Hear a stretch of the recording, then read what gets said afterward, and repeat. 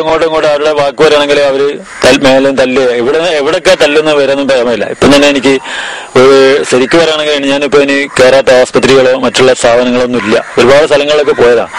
പലതായിട്ട് മൂക്കിനുള്ളിൽ രക്തവും ജലമൊക്കെ വരുന്നത് അവിടുത്തെ അടിയും കാരണങ്ങളൊക്കെയാണ്. മലമൂത്രമൊക്കെ ഒരു തിരിച്ചിട്ടുണ്ട് പല പ്രാവശ്യമായിട്ട്. വെള്ളം ചോദിച്ചാൽ മൂത്രം കുടിപ്പിക്കുന്ന ഒരു സ്വഭാവമാണ്. ഏർവാടിയെ സംബന്ധിച്ചോളം അങ്ങനെയാണ് ഞാൻ കണ്ടുകൊണ്ടിരിക്കുന്നത്. ഈ ഒരുപാട് അനുഭവങ്ങൾ പറയുകയാണെങ്കിൽ ഒരുപാട് നേരം പറയാനുണ്ട്. കാരണം വെച്ചാൽ അത് പറഞ്ഞാൽ തീരൂല. സ്വപ്നദർശനത്തില് ബാധിച്ചു വന്ന് ചികിത്സിക്കുമെന്ന് പറയുന്നുണ്ടല്ലോ, അത് നിങ്ങൾക്ക് അനുഭവപ്പെട്ടിട്ടുണ്ടോ? ഇല്ല, അങ്ങനെ ഒരു അനുഭവം എനിക്കുണ്ടായിട്ടില്ല. കാരണം എന്ന് പറഞ്ഞാല് അവിടെ ഈ സ്വപ്ന എന്നൊക്കെ പറയുന്നതെന്ന് പറഞ്ഞാൽ അത് ശരിയൊരു ഇതാണ്. കാരണം വെച്ചാൽ അതൊരു തട്ടിപ്പാണ്. കാരണം എന്ന് പറഞ്ഞാൽ സ്വപ്നാടം എന്ന് പറയുന്നത് തന്നെ ഒരു തട്ടിപ്പാണ്. കാരണം എന്ന് പറഞ്ഞാൽ അവിടെ ആണും പെണ്ണും കലർന്നാണ് അവിടെ കിടക്കുന്നത് തന്നെ. പള്ളിയുടെ മുമ്പിൽ ആണുങ്ങളും പെണ്ണുങ്ങളെല്ലാം കലർന്ന് കിടപ്പുണ്ട്. അതിൽ ആരെങ്കിലും വന്ന് ഇപ്പോ ഒരു അവിചാരിതമായ പെണ്ണുങ്ങളെ ചെറുപ്പക്കാർ പെൺകുട്ടികളെ വേറെ ആരെങ്കിലും ബന്ധപ്പെടുമ്പോഴായിരിക്കും അവർ പറയുന്നത് അത് സ്വപ്നത്തിൽ വന്നിട്ട് അല്ലെങ്കിൽ അങ്ങനെ കുട്ടികളില്ലാത്ത സ്ത്രീകൾക്ക് കുട്ടികളുണ്ടാവാൻ വേണ്ടി അങ്ങനെ ഉണ്ടാകുന്നതാണെന്നാണ് ഞാൻ മനസ്സിലാക്കുന്നത്. കാരണം വെച്ചാൽ സ്വപ്നത്തിൽ ഞാൻ ഇതുവരെ അവിടെ ഒന്നും കണ്ടിട്ടില്ല. കാരണം അവിടെ ഒരുപാട് വൃത്തികൾ നടക്കുമ്പോഴും അത് സ്ത്രീകൾ പറയുന്നത് അത് സ്വപ്നത്തിൽ വന്ന് ഇങ്ങനായി എന്നാ പറയുന്നത്. പക്ഷെ ഈ സ്ത്രീകൾ പലതും നേരം വെളുത്തു കഴിഞ്ഞാൽ അവരിങ്ങനെ പറയുന്നല്ലാതെ അതെന്താണ് അനുഭവം എന്നുള്ള ആർക്കും അറിയത്തില്ല. കാരണം അവിടെ നടക്കാൻ സാധ്യതയുണ്ട്. കാരണം എന്ന് പറഞ്ഞാൽ ആരും അവിടെ നടന്നാൽ തന്നെ പുറത്തു പറയത്തില്ല. ദർഗയിൽ നടക്കുന്ന സംഭവങ്ങൾ പുറത്തു പറഞ്ഞാൽ കണ്ണു പൊട്ടിപ്പോകുന്നതാണ് കമ്മിറ്റിക്കാരെല്ലാം അവിടെ പറയാറ്. കാരണം പെണ്ണുങ്ങൾ അവിടെ ഈ മിക്കവാറും ദർഗന്റെ മുമ്പിൽ വന്ന് കിടക്കണമെന്നാണ് കമ്മിറ്റിക്കാർ ഓർഡർ. റൂം എടുത്തു കഴിഞ്ഞാൽ റൂമിൽ കിടക്കാൻ പാടില്ല. ദർഗന്റെ മുമ്പിൽ വന്ന് കിടന്നാൽ ഇബ്രാഹിം ബാദിഷ നിങ്ങൾക്ക് സ്വപ്നത്തിൽ കാണിച്ചു തരും പല കാര്യങ്ങളും. അപ്പൊ നിങ്ങളുടെ സൂക്കേട് ഭേദമായി കിട്ടുന്നതാണ് അവർ ഈ കമ്മിറ്റിക്കാരുടെ ഓർഡർ. ആ കമ്മിറ്റിക്കാരുടെ ഓർഡർ പ്രകാരം റൂം എടുത്ത് എത്ര വലിയ വ്യക്തികളായാലും എല്ലാ പെൺകുട്ടികൾ 10,000 പേര് കിടക്കാനും കഴിയാവുന്ന ഒരു സ്ഥലമാണ് അത്. 2-3 ലൈറ്റ്, കാരണം ലൈറ്റ് വെളിച്ച് വെട്ടം രാത്രിയാകുമ്പോൾ ഈ വാച്ചകന്മാർ ഈ ലൈറ്റുകൾ 2-3 ലൈറ്റ് അടച്ചു കളയും. കാരണം എന്ന് പറഞ്ഞാൽ 2-3 ലൈറ്റ് പള്ളിയുടെ ഫ്രണ്ടിൽ എവിടെയും കിടക്കും. ബാക്കി ഈ ജനങ്ങൾ കിടക്കുന്ന ഇടത്തിൽ ലൈറ്റ് ഇല്ല. അത് ചോദിച്ചു കഴിഞ്ഞാൽ പറയുന്നത് അവർക്ക് ഉറങ്ങണ്ടെന്നാണ്. പക്ഷെ അവിടെ നടക്കാൻ വേണ്ടിയുള്ള അല്ലെങ്കിൽ വേറെ എന്തെങ്കിലും രീതി പ്രകാരം ആണ് എന്റെ കാഴ്ചപ്പാടിൽ കാണുന്നത്. പിന്നെ അവിടെ രോഗികൾ എന്ന് പറഞ്ഞ് കെട്ടിയിരുന്നത് ഒന്നും രോഗികളല്ല. കാരണം അവര് നിത്യസമ്പന്നരാണ്. കാരണം അവര് രാവിലെ വരുന്നു വൈകുന്നേരം പോകുന്നു. അതാണ് അവിടെ പതിവ്. കാരണം വെച്ചാൽ അവര് 100-150 രൂപ ശമ്പളം കൊടുത്ത് ചങ്ങലമ്മ കിടക്കുന്നു. അവരെ കഴിച്ച് ചങ്ങല 2 കാലിലും കൂട്ടിയിട്ട് അവിടെ മറ്റുകൊണ്ടിടും. ഉച്ചക്ക് നല്ല ഭക്ഷണവും കാര്യങ്ങളൊക്കെ ഹോട്ടലിന് അവിടെ അടുത്തൊരു ഹോട്ടലുണ്ട്, മിസ്കിൻ ഹോട്ടൽ. അവിടെ നിന്നാണ് ഈ ഇരിക്കുള്ള ഭക്ഷണങ്ങളും കാര്യങ്ങളെല്ലാം കൊണ്ടു കൊടുക്കുന്നത്. അതുപോലെ തന്നെ ഈ പെണ്ണുങ്ങളുണ്ട് അങ്ങനെ തന്നെ. പെണ്ണുങ്ങൾ മുഖം കെട്ടിക്കഴിഞ്ഞാൽ ഏത് പെണ്ണാന്ന് നമുക്കറിയില്ലല്ലോ. മുഖം കെട്ടുമ്പോൾ മണ്ണില് തുള്ളിച്ചാടലും പിടിക്കലും ആ വൈകുന്നേരം സ്ഥിരം പതിവാണ്. വേചനം എന്നാണ് ഏറ്റവും കൂടുതൽ ആൾക്കാരെ ഏർവാടി സന്ദർശിക്കാൻ വരുന്ന കൂട്ടത്തില് ഇവര് പല ആൾക്കാരും പെണ്ണുങ്ങൾ വേഷം കെട്ടി അവിടെ തുള്ളലും പിടിക്കലും കാണാം. അപ്പൊ നമ്മൾ ഉദ്ദേശിക്കും ഇത് അവിടെ ഔലിയാക്കന്മാരുടെ വർക്കത്ത് കൊണ്ടായിരിക്കും തുള്ളുന്നത് എന്നൊക്കെയാണ് ഞാനും മനസ്സുകൊണ്ട് കണക്കാക്കിയത്. പിന്നീടാണ് ഞാൻ മനസ്സിലാക്കിയത് അവിടെ ഞാൻ തന്നെ നേരിൽ കണ്ടത് എങ്ങനെയാണെന്ന് ചോദിച്ചാല് ഈ അവിടെ ചങ്ങല കിട്ടുന്ന ആൾക്കാരില് ഇവരെ നമ്മളെ കൂടെ കൊണ്ടിടുന്നില്ല. ഈ 10-500 ആൾക്കാർ കിടക്കുന്ന ഷെഡുകളിൽ ഈ പകല് ചങ്ങലയിൽ കിടക്കുന്ന ആൾക്കാരെ ഞങ്ങൾ ഇതുവരെ കണ്ടിട്ടില്ല. അവിടെ റൂമിന്റെ ഉള്ളിൽ കണ്ടില്ല. അപ്പോ ഞാൻ എന്റെ കൂടെ ഇരിക്കുന്ന ആൾക്കാർ ചോദിക്കുമ്പോൾ അവര് പറയാ അവരൊക്കെ അങ്ങനെയൊക്കെ കൊണ്ടിടുന്ന അത് നോക്കിയിട്ട് നമ്മൾ നോക്കണ്ട, നമ്മൾ നോക്കി നമുക്ക് അടി കിട്ടും, നമ്മൾ ആ ഭാഗം ചിന്തിക്കേണ്ട ആവശ്യമില്ല എന്ന് നമ്മളെ കൂടെ കിടക്കുന്ന രോഗികളെ അല്ലെങ്കിലും അങ്ങനെയുള്ള ആൾക്കാർ പറയും. അപ്പൊ ജീവൻ ചെയ്യില്ല.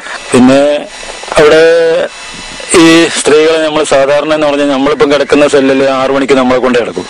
നമ്മൾ 6 മണിക്ക് കൊണ്ട് അടിച്ചു കഴിഞ്ഞാൽ നമ്മൾ അടുത്ത സെല്ലാണ് സ്ത്രീകൾ. അവര് ഈ ഭ്രാന്തണ്ടെന്നൊക്കെ പറഞ്ഞാൽ അവര് നഗ്നായിട്ടൊക്കെ നമ്മളെ അത് ശരിക്കും പറഞ്ഞാൽ ഒരു സ്ത്രീനെയും പുരുഷടുത്ത് കാണിക്കാൻ തന്നെ പാടില്ലാത്ത സ്ഥലങ്ങളിലാണ് ഈ ഏർവാടി എന്നൊക്കെ പറയുമ്പോൾ തന്നെ ഒരു പേരുള്ള സ്ഥലമാണ്. അപ്പൊ പല സ്ഥലങ്ങളിൽ ഈ സ്ത്രീകളെ കൊണ്ടുപോയിട്ട് നഗ്നായിട്ടും കൂടെ ആ നിലക്ക് വേണമെങ്കിൽ കഴിഞ്ഞാൽ വൈകുന്നേരം നമ്മൾ ഈ പെണ്ണുങ്ങളൊന്നും കാണാറ് പതിവില്ല. നല്ല നല്ല പെണ്ണുങ്ങളൊക്കെ ആരെങ്കിലും വന്ന് ലോഡ്ജിലൊക്കെ കാറിലൊക്കെ കയറ്റിക്കൊണ്ടുപോകുന്ന ഒരു പതിവുണ്ട്. അതുകൂടാതെ ഈ ചെറുക്കന്മാരെന്ന് പറഞ്ഞാൽ അവിടെ ശമ്പളം കൊടുത്ത് നിർത്തുന്ന ആൾക്കാർ എന്നുവെച്ചാൽ ഒരു 3-4 ചെറുപ്പക്കാരുണ്ടാവും, ഒരു 3-4 പെൺകുട്ടികളുണ്ടാവും. ഈ പെൺകുട്ടികളിൽ പെണ്ണ് തന്നെയാണെന്നും പറയാൻ കഴിയില്ല. പെണ്ണിന്റെ വേഷം കെട്ടിയ ആൾക്കാരും ആയിരിക്കും ചിലപ്പോൾ ഈ തുള്ളലും ചാടലും കാണുന്നത്. കാരണം ആ നിലക്കുള്ള ചുള്ളലൊക്കെ ചുള്ള. കാരണം അപ്പൊ അത് ഈ കാണികൾ വിചാരിക്കുന്നത് എന്താണ്, പഠിച്ചവനെ അല്ലാതെ തല ഇവിടെ ഭയങ്കരമായ പുരുഷപ്പെട്ട സ്ഥലമാണ്, ഇവിടെ വന്നു കഴിഞ്ഞാൽ നമുക്ക് എല്ലാ രോഗവും ശിഫായി കിട്ടുന്ന പറഞ്ഞ 1000-10,000 വാരി കൊടുത്ത് ആ മുഖാമ മൂടൽ എന്ന് പറഞ്ഞ ജാറം മൂടൽ എന്ന് പറഞ്ഞൊരു പതിവുണ്ട് അവിടെ. ഈ ജാറം മൂടൽ എന്നൊരു പതിവ് എന്ന് പറഞ്ഞാൽ അവിടെ ജാറം രാവിലെ അതിൻ്റെ ഉള്ളിൽ കിടക്കണമെങ്കിൽ 2 ഉറുപ്പിന്റെ ടോക്കൺ എടുക്കണം. അതുകൂടാതെ ജാറം മൂടാന്ന് പറഞ്ഞു കഴിഞ്ഞാൽ ഒരു 10-500 ആയിരങ്ങളൊക്കെ സ്ത്രീകളെ കയ്യിൽ നിന്ന് വാങ്ങിയിട്ട് സ്ത്രീകൾക്ക് എല്ലാ രോഗങ്ങളും ശിഫായി കിട്ടുമെന്ന് പറഞ്ഞിട്ട് 500 രൂപ 10-500 വാങ്ങിയിട്ട് തുണിന്റെ മുകളിൽ വെച്ച് കഴിഞ്ഞാൽ ആ തുണി മാത്രം ഈ ജാറത്തിന്റെ മുകളിലേക്ക് ഇടും. 500 രൂപ അവരെ പോക്കറ്റിൽ, കമ്മിറ്റിക്കാരെ പോക്കറ്റിൽ ഇടും. അതൊക്കെ അവിടെ സാധാരണ നമ്മൾ കാണുന്നതാണ്.